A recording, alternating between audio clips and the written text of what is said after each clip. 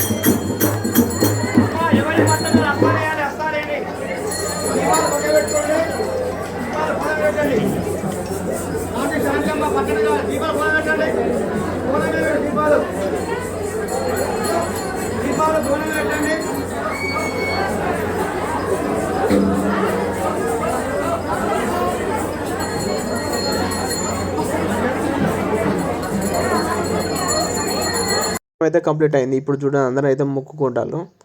తల్లికి అయితే మంగళవారం నాడు అయితే బోనాలు అయితే చాలా మంది అయితే చేస్తారు. ఆ రోజు అయితే రద్దీగా ఉంటుంది. ఇక్కడ ఉన్న అమ్మవారు అయితే పవర్ఫుల్. మీరు ఏం కోరుకున్న కోరికలు తీరుతాయని భక్తులు అయితే నమ్ముకుంటారు.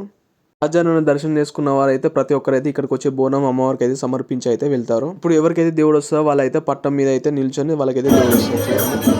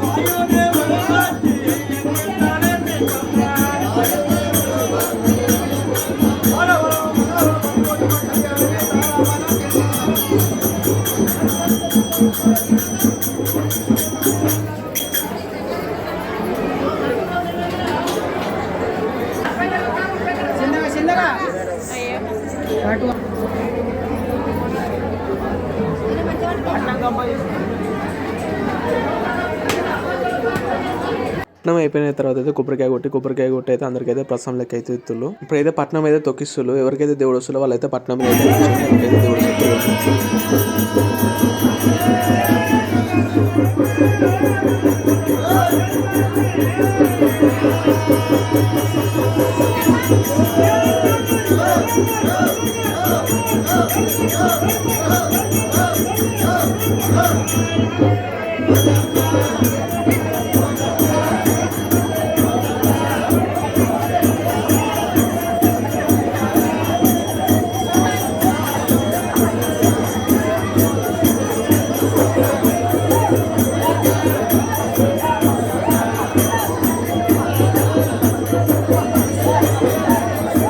ప్లీజ్ లైక్ చేయండి, షేర్ చేయండి, సబ్స్క్రైబ్ అయితే మర్చిపోకండి. Thank you.